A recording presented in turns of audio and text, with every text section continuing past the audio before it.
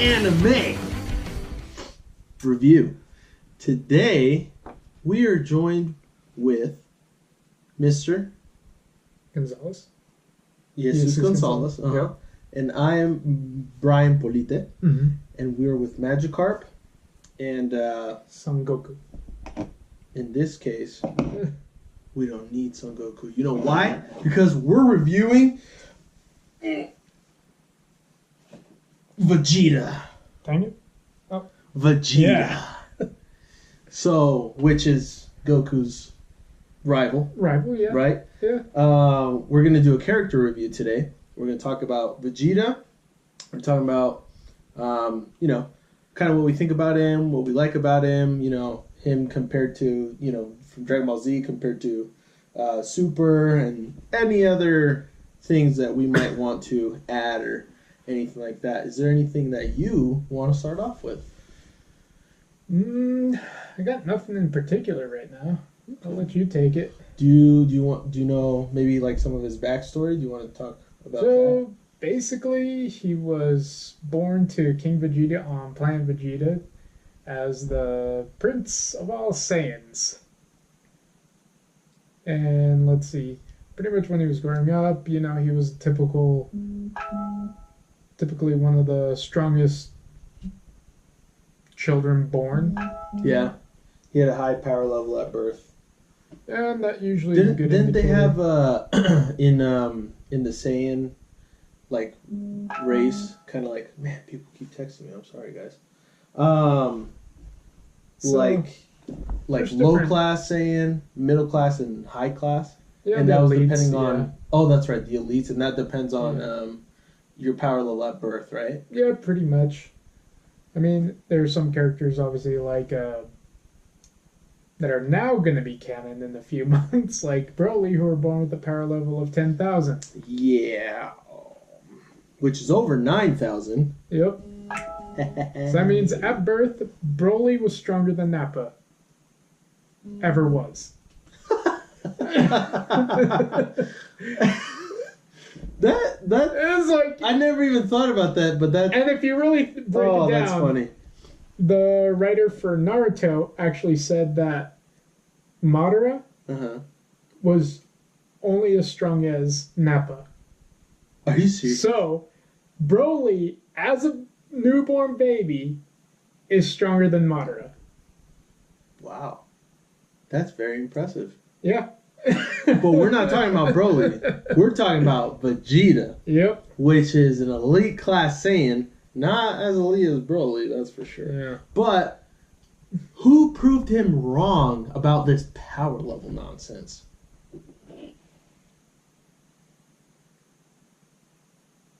That guy. Right there. Yeah. Came to a certain point when power levels just became BS. Yeah. It just didn't really matter anymore. I mean, Saiyans, you could tell that was like their thing. It was just like, what's your power level, blah, blah, blah. Yeah. And it was just... It was kind of a... It's their societal, classism that... Yeah, they're like, I guess, government? Society... Yeah, what you said. Societal classes. Yeah, and basically, it was very hard for other Saiyans to move up. Because you trained extremely hard. Yeah. But that's a story for another time in another video. Yeah. Sometime down the road. Yeah.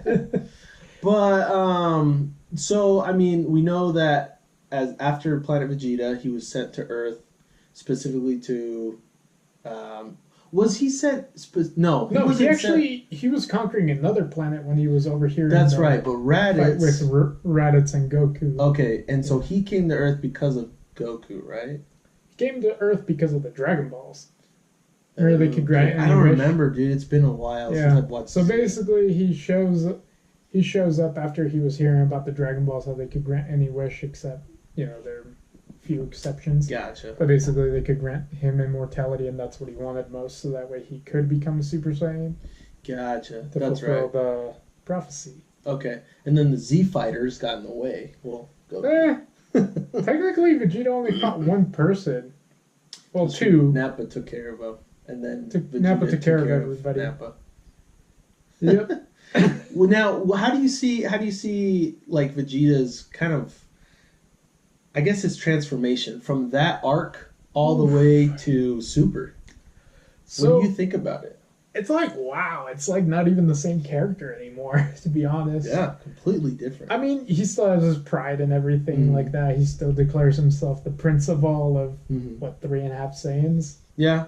Something like that. Yeah, 3.5 Saiyans is like, and he's like,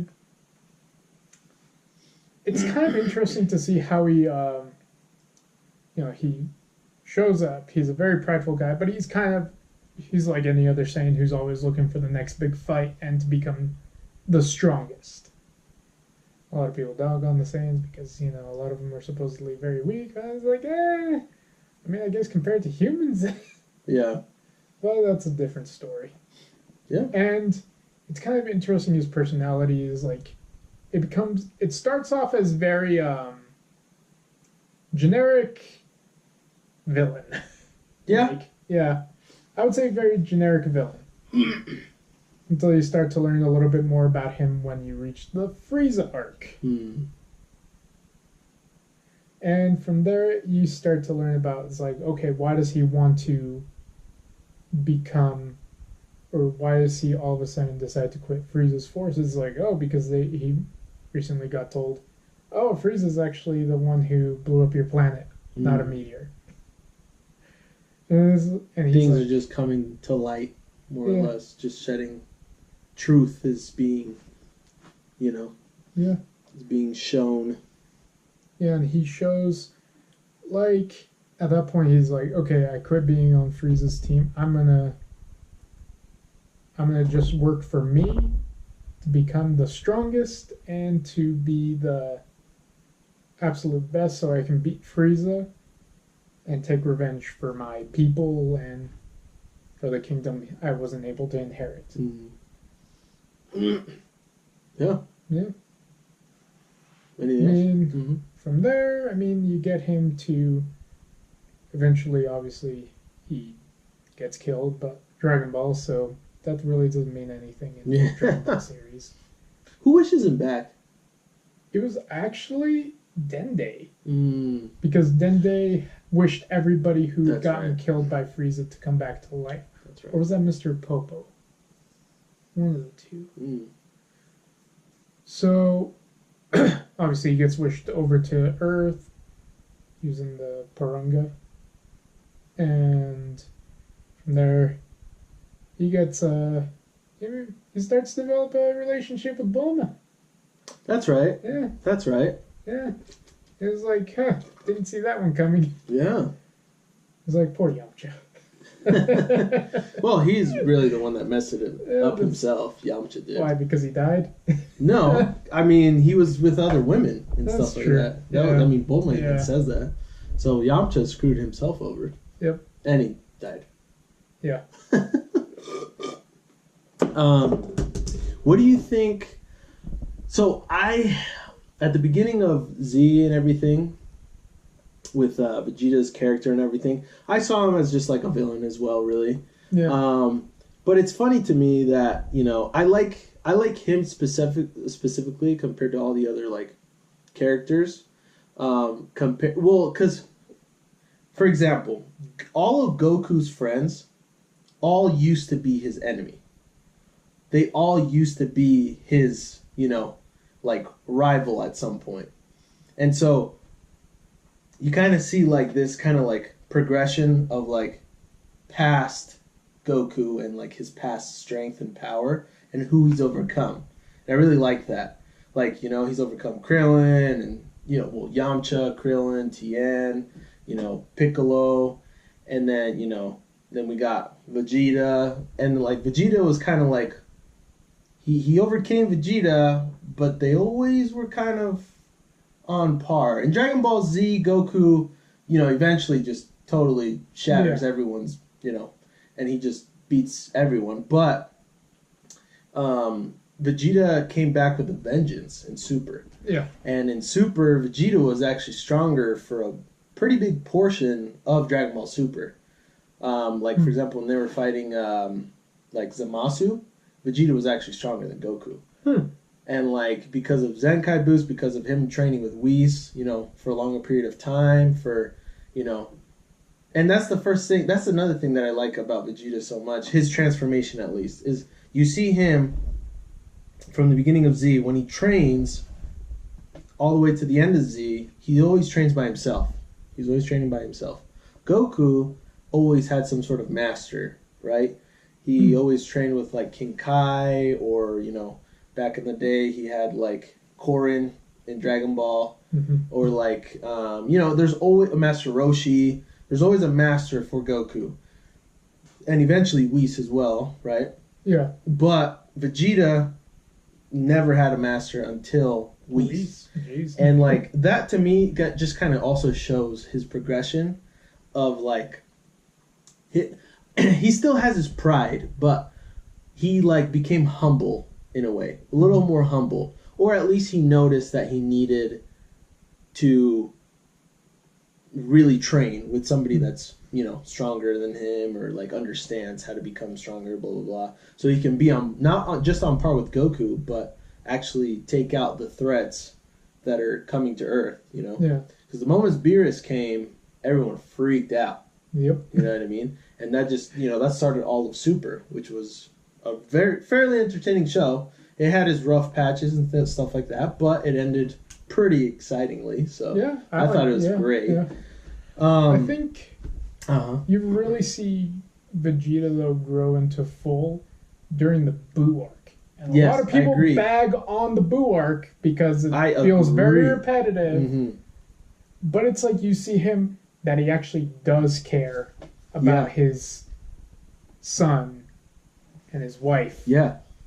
And even using the sacrificial, I don't even know what kind of attack I would call that, but did he ever give it a name even? I don't even know, honestly. It was like, so basically when he's fighting Buu, you see him just basically like, it's like take care of Trunks, and then it's like... Which, dude, that was sad, it was bro. like, That was like sad, but also that's when I started noticing like, dude, freaking Vegeta, dude. Like, I was going to ask you this, but we could just talk about it together. Like, honestly, that right there showed me a moment of like, compared to Goku as a father, I feel like Vegeta's different, but I feel like he's a better father at the same time.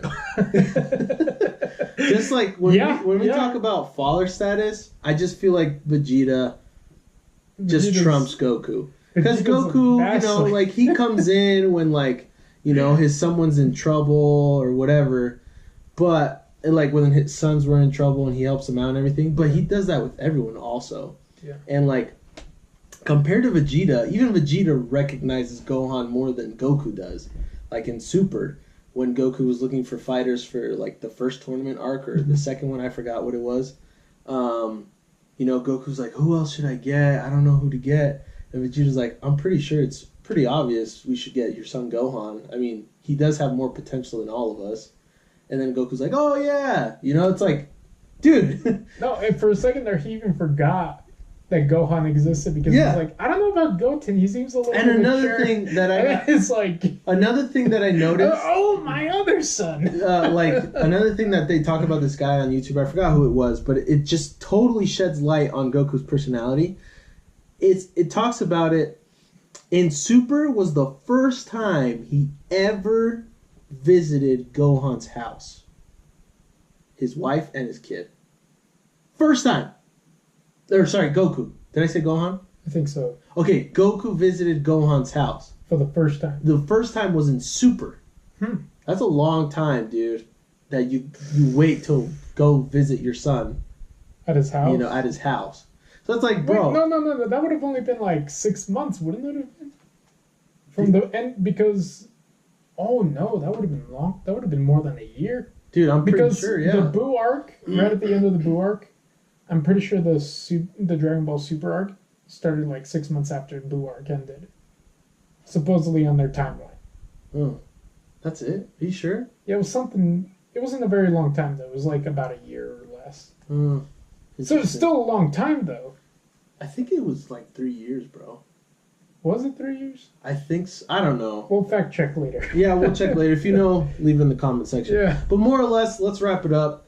More or less, Vegeta, to me, and his growth was the most impressive. And in Super specifically, I loved him the most by far. I was Team Vegeta all the way. Yeah. When he went to Super Saiyan Blue, when he went to Super Saiyan Blue Evolution, that form was so sick. But him as a father, him as a character, and him as a fighter was my favorite. Just his growth, his personality. I just respect him so much.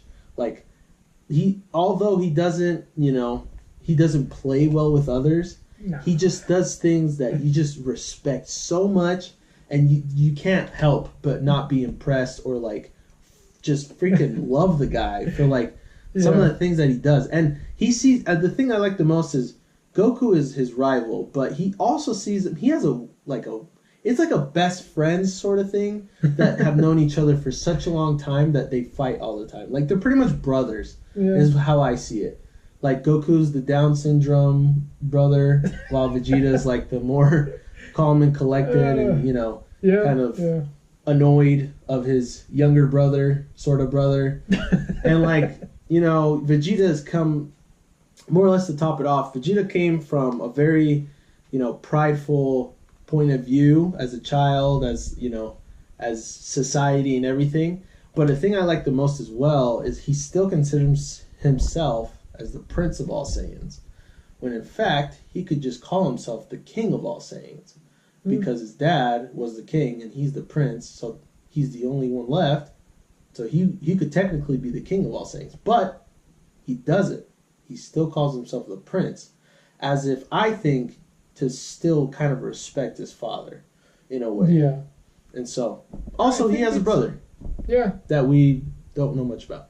Although his brother doesn't really, he's kind of weak. Yeah, so we don't really know. Nobody really ever talks about him.